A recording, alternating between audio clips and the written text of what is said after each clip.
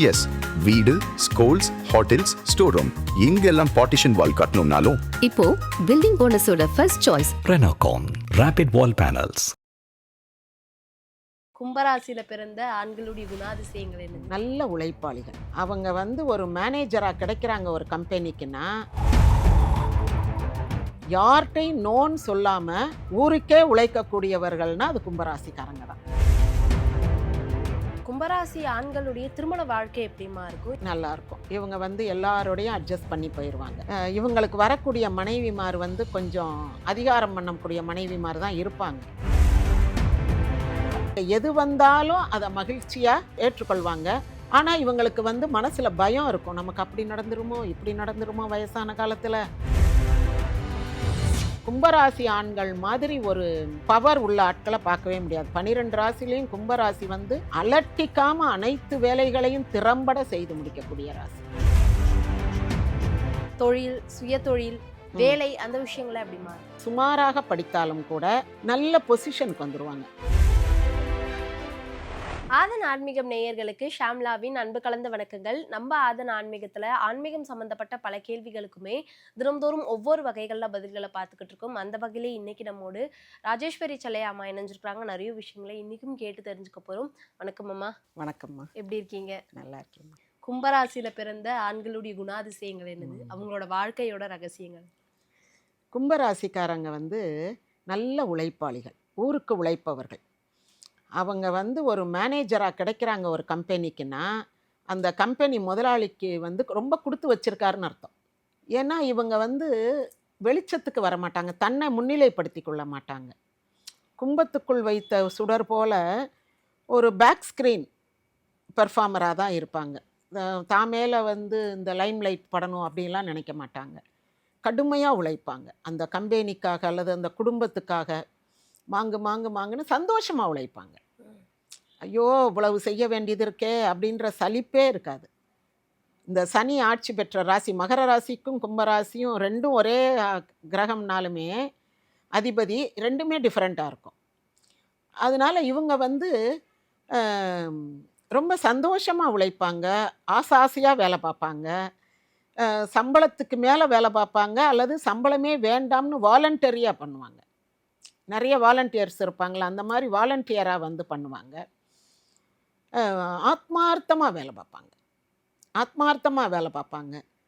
நிறையா வேற என்ன சொல்கிறது, நிறையா வேலை. இப்போ ஒரு வேலைன்னு இல்லை. இப்போ நீங்கள் ஒரு மேனேஜர், ஒரு நிர்வாகம் அல்லது ஒரு டீச்சர், பாடம் நடத்துதல் அப்படின்னு இருந்தால் கூட, ஒரு டெஸ்பேட்ச் கிளார்க்குனா இந்த இதை மட்டும் அனுப்புறது, அப்படி தன்னை ரெஸ்ட்ரிக்ட் பண்ணிக்கிற மாட்டாங்க. அடுத்த டேபிள் வேலை, அடுத்த ஆள் வேலை, அடுத்த செக்ஷனோட வேலை, இப்படி எல்லாத்தையுமே செய்யக்கூடிய, அதில் பாகுபாடு பார்க்க மாட்டாங்க. இது ஏன் வேலை இல்லை, இது ஏன் ரூம் இல்லை, நான் எனக்கு அந்த ரூமை க்ளீன் பண்ணணும், இதெல்லாம் நான் மடிக்க வேண்டிய துணி இல்லை அப்படின்னு ஒரு மாதிரி வீட்டில் அந்த அக்கா தங்கச்சி அண்ணன் தம்பியெல்லாம் சண்டை போடுங்கள்ல, அப்படியெல்லாம் இருக்க மாட்டாங்க. எல்லார் வேலையும் தானே இழுத்து போட்டு செய்வாங்க. எல்லாருடைய நன்மைக்காகவும் பாடுபடுவார்கள். இந்த ஆண்கள் இப்போ குடும்பத்துக்கு மூத்த பையன் கும்பமா இருந்துட்டா அவங்க என்ன பண்ணுவாங்க, தம்பி தங்கச்சிகளுக்கு அந்த சாப்பாடு எடுத்து வைக்கிறது, யூனிஃபார்ம் எடுத்து கொடுக்கறது, அதுகளை கிளப்புறது, அதுகளை ஸ்கூலில் கொண்டு போய் விடுறது, அப்புறம் இவங்க குளிச்சுட்டு ஆஃபீஸ்க்கோ காலேஜுக்கோ போகிறது. அப்படி எல்லாருக்காகவும் உழைப்பாங்க. எல்லாருடைய வேலைகளையும் இவங்க பார்ப்பாங்க. அம்மாவுக்கு முடியலைன்னா அம்மாவை பார்ப்பாங்க, அப்பாவுக்கு முடியலைன்னா அப்பா கூட ஹாஸ்பிட்டல் போவாங்க. இந்த பக்கத்து தெருவில் இருக்கிறவங்க, வீட்டில் இருக்கிறவங்க ஏதாவது ஒரு வேலை சொன்னாலும் செய்வாங்க. யார்கிட்டையும் நோன்னு சொல்லாமல், அதான் ஊழியக்காரர், சம்பளம் இல்லாமல் வேலை செய்யக்கூடிய, ஊருக்கே உழைக்கக்கூடியவர்கள்னால் அது கும்பராசிக்காரங்க தான். நல்ல மனசுக்காரங்க, நல்ல மனசோட தான் வேலை பார்ப்பாங்க. இப்படி நம்ம வேலை பார்க்க வேண்டியது இருக்கேன்ற சலிப்பு வெறுப்பு அந்த மாதிரிலாம் இருக்காது. நல்லா சந்தோஷமாக இந்த கடையில் போய் ஒரு பொருள் வாங்கிட்டு வந்து கொடுப்பா அப்படின்னு சொன்னால், எக்கா இங்கே நல்லா இருக்காதுக்கா, நான் அந்த அடுத்த தெருவில் போய் வாங்கிட்டு வரேன்க்கா, அதான்க்கா ஃப்ரெஷ்ஷாக இருக்கும், இது பழசாக இருக்கும்க்கா, நம்ம இது லைனில் இருக்காது வேணாம்க்கான்ட்டு இதுகளே கூட 2 தெரு தாண்டி போய் வாங்கிட்டு வந்து கொடுப்பானுங்க சின்ன பசங்க. அதனால் இவங்க நல்லதே செய்யணும்னு நினைக்கக்கூடிய ஆட்கள். கும்பராசி ஆண்களுடைய திருமண வாழ்க்கை எப்படிமா இருக்கும்? எந்த ராசி பெண்களை திருமணம் செஞ்சுக்க கூடாது? நல்லாயிருக்கும். இவங்க எல்லாரோடையும் அட்ஜஸ்ட் பண்ணி போயிடுவாங்க. இவங்களுக்கு வரக்கூடிய மனைவிமார் கொஞ்சம் அதிகாரம் பண்ணக்கூடிய மனைவிமார் தான் இருப்பாங்க. இவங்களுடைய நண்பர்களும் அதிகாரம் பண்ணக்கூடியவங்களாக தான் இருப்பாங்க. ஆனால் அந்த மனைவிமார் என்ன அதிகாரம் பண்ணாலும் இவங்க எதிர்த்தே பேச மாட்டாங்க. சரி, இன்னைக்கு இதா சரி, இன்னைக்கு அதா சரி, நேற்று அப்படி சொன்ன இன்னைக்கு இப்படி சொல்கிற சரி, எதுக்கு வீண் விவாதம்? சரின்ட்டு போக வேண்டியதானே. ஆஃப்டர் ஆல் அவள் யார்? நம்ம ஒய்ஃபு. நாளைக்கு நமக்கு முடியலைன்னா அவள் தானே பாப்பா. இவங்க அப்படியெல்லாம் கற்பனை பண்ணிக்கிடுவாங்க. ஒரு 50 வயசு கழித்து எனக்கு முடியலை, ஒரு ஸ்ட்ரோக் வந்துருச்சுன்னா என்ன பண்ணுறது? இல்லை எனக்கு வந்து ஒரு பார்க்கின்சன் நோய் வந்துட்டா என்ன பண்ணுறது? என் ஒய்ஃப் தானே பாப்பா. அவளுக்கு ஒரு வேலை செஞ்சான்னு இப்படி இவங்க வந்து கொஞ்சம் பெசிமிஸ்ட். கஷ்டங்களை பற்றி அதிகமாக நினச்சி பார்ப்பாங்க. அப்படி கஷ்டம் வந்துட்டா, இப்படி கஷ்டம் வந்துட்டா, அந்நேரம் நம்ம பிள்ளைங்க தானே நம்மளை பார்க்கணும், நம்ம மனைவி தானே நம்மளை பார்க்கணும், அப்போ நம்ம இப்போ அவங்களுக்கு இந்த வேலை செஞ்சான்னு. இவங்க வேலைகள் பிள்ளைக்கும் மனைவிக்கும் செய்கிறனால அவங்க ஒன்றும் திருப்பி பார்ப்பாங்கன்ற உத்தரவாதம் ஒன்றும் கிடையாது. அந்நேரம் இவங்கள ஒரு ஓல்டேஜ் ஹோமில் கூட விட்டுட்டு போகலாம். அப்போவும் வந்து என் மகன் கலிஃபோர்னியாவில் இருக்கான், என் மகன் நியூ ஜெர்சியில் இருக்கா, என் ஒய்ஃப் அவங்களுக்கு போய் துணைக்கி இருக்கா, நான் இங்கே இருக்கேன், நான் ஹாப்பியாக இருக்கேன், நான் டெய்லி என் பிள்ளைங்கிட்ட பேசுவேன், என் பேர பிள்ளைங்கள பார்ப்பேன், வீடியோவில் பேசுவேன் அப்படின்னு அப்பவும் சந்தோஷமாக சொல்லிக்கிட்டு இவங்க அனாதையாக இருப்பாங்க. அதனால் இவங்க எது வந்தாலும் அதை மகிழ்ச்சியாக ஏற்றுக்கொள்வாங்க. ஆனால் இவங்களுக்கு வந்து மனசில் பயம் இருக்கும், நமக்கு அப்படி நடந்துருமோ இப்படி நடந்துருமோ வயசான காலத்தில், அதனால நம்ம எல்லார்ட்டையும் அனுசரணையாகவே போயிடுவோம், எதுக்கு போய் சண்டை போடுவான்னு அப்படின்னு. நண்பர்கள், இவங்களுக்கு நிறையா நண்பர்கள் இருப்பாங்க. ஏன்னா எல்லாருக்கும் நல்லது செய்கிறாங்கல்ல, அப்போ நண்பர்கள் வரத்தானே செய்வாங்க. நிறையா நண்பர்கள் இருப்பாங்க, ரொம்ப கலகலப்பாக பேசுவாங்க.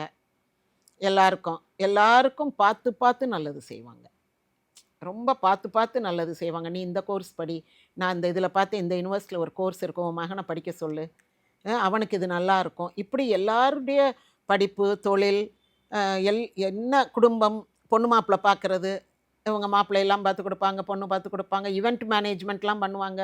உனக்கு எத்தனை பேருக்கு சாப்பாடு? 50 பேருக்கா, 100 பேருக்கா? எனக்கு தெரிஞ்ச ஒரு ஆள்கிட்ட சொல்கிறேன், இங்கே இது வாங்கிக்க, அங்கே அது வாங்கிக்க, இங்கே இந்த மெயின் கோர்ஸ் வாங்கிக்க, இங்கே சிக்கன் வாங்கிக்க, அங்கே ஐஸ்கிரீம் வாங்கிக்க, எல்லா நம்பர் கொடுத்து நான் ஏற்பாடு பண்ணிடுறேன், நீ இங்கே மட்டும் பண்ணுன்னு ஒரு ஈவெண்ட் மேனேஜ்மெண்ட்டே உட்காந்த இடத்துல இருந்து செஞ்சு முடிச்சிருவாங்க. ரொம்ப பிரமாதமாக பண்ணுவாங்க. ஏன்னா அவங்களுக்கு பெரிய நெட்வொர்க் இருக்கும். அதனால குடும்பத்தில் எந்த விழாவாக இருந்தாலும் சரி, மதினியா கொழுந்தியா மச்சனர், எந்த வீட்டில் என்ன விழாவாக இருந்தாலும் இவங்களுக்கு ஒரு ஃபோன் அடித்தா போதும், இவங்க எல்லாம் பெர்ஃபெக்டாக செஞ்சு கொடுத்துருவாங்க. நெட்வொர்க்கு கோஆர்டினேஷன் நல்லா பண்ணுவாங்க. ஒரு 4 பேர் ஃபோன் நம்பர் வாங்கி வச்சு 4 பேர்கிட்ட 4 டிஷ் சொல்லி இந்த இடத்துல இந்த நேரம் கொண்டு வந்து சேர்த்துறணும், எப்போ நான் இவங்ககிட்ட சாப்பாடு சொல்லிவிட்டேன், நீ அவங்கக்கிட்ட பிளேட் இதெல்லாம் சொல்லிடு, இந்த இவங்க 4 பேர் வருவாங்க, உனக்கு எல்லாம் பந்தி பரிமாறிடுவாங்க, எல்லாம் உட்காந்த இடத்துல இருந்து செய்து முடிச்சிருவாங்க.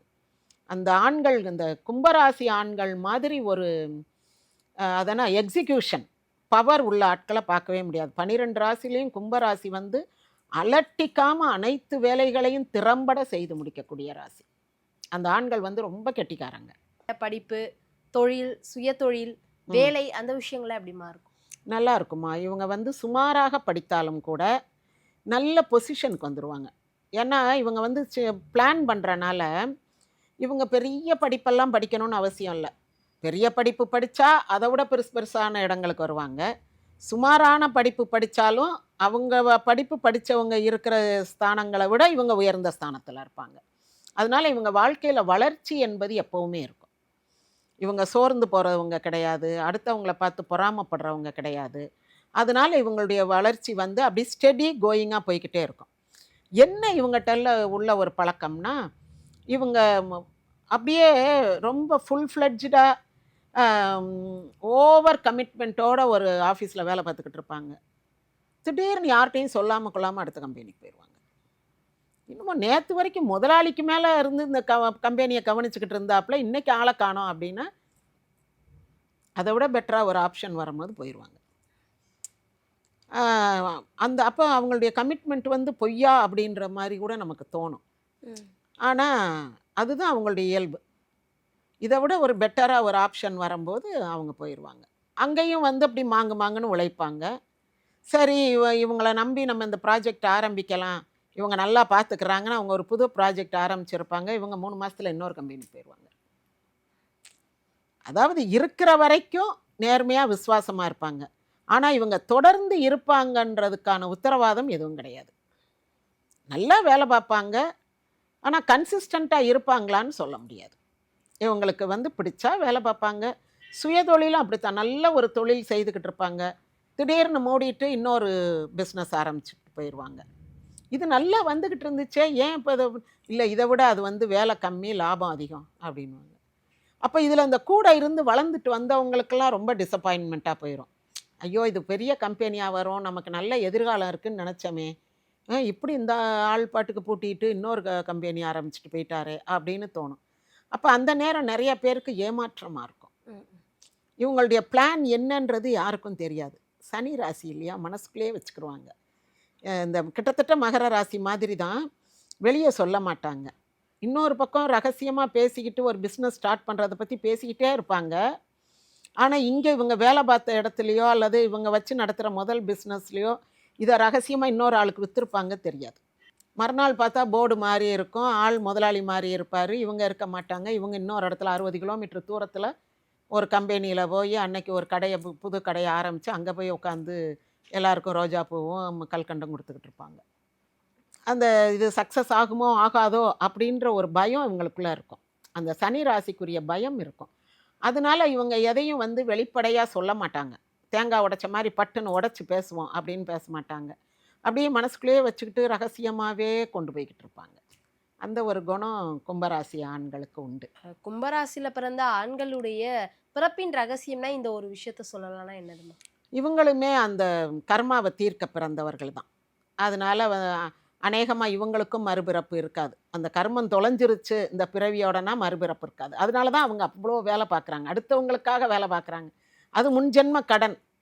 முன்ஜென்மத்தில் இவங்களுக்கு வந்து அவங்க வேலை பார்த்துருப்பாங்க, இவங்க சரியாக சம்பளம் கொடுக்காமல் இருந்திருப்பாங்க. இந்த ஜென்மத்தில் இவங்க தொழிலாளராகவும் இவங்க வேலை வாங்கின ஆள் முதலாளியாகவும் இருக்கலாம். அப்போ வந்து இவங்க அவங்களுக்கு கூடுதலாக வேலை பார்க்க வேண்டிய ஒரு கட்டாயம், ஒரு கர்ம வினை அவங்களுக்கு இருந்திருக்கும். அதனால் இவங்க நிறையா வேலை பார்த்து அப்படியெல்லாம் இருந்து ஒவ்வொரு கர்மாவாக முடிக்கிறாங்க, தொலைச்சிட்டு அப்புறம் அவங்க நிரந்தரமாக இந்த பிறப்பு அறுத்து விடைபெறாங்க. அதனால் இவங்களுடைய பிறப்பு வந்து இதுவே கடைசி பிறப்பாக இருக்கும், மறுஜென்மம் இருக்காது. நல்ல பிறப்பு, அதாவது இவங்க வாழ்க்கையினுடைய நிறைவு, நல்ல நீண்ட ஆயுள் இருக்கும். வாழ்க்கையினுடைய நிறைவின் போது திரும்பி பார்க்கும் போது அப்பா எவ்வளோ பார்த்துருக்கோம் அப்படின்னு தோணும். எல்லா மனுஷனும் செய்கிற வேலை ஒரு 60%னா இவங்க வந்து ஒரு 100% செய்திருப்பாங்க. ஒரு நிறையா வேலைகள் செய்து நிறையா செயல்கள் செய்த ஒரு மன திருப்தி யாருமே இவ்வளோ செய்திருக்க மாட்டாங்கன்ற அளவுக்கு நீண்ட ஆயுள். அந்த மாதிரிலாம் அவங்க நினச்சி பார்க்கும்போது அப்பாடா நம்மளா செய்தோம்.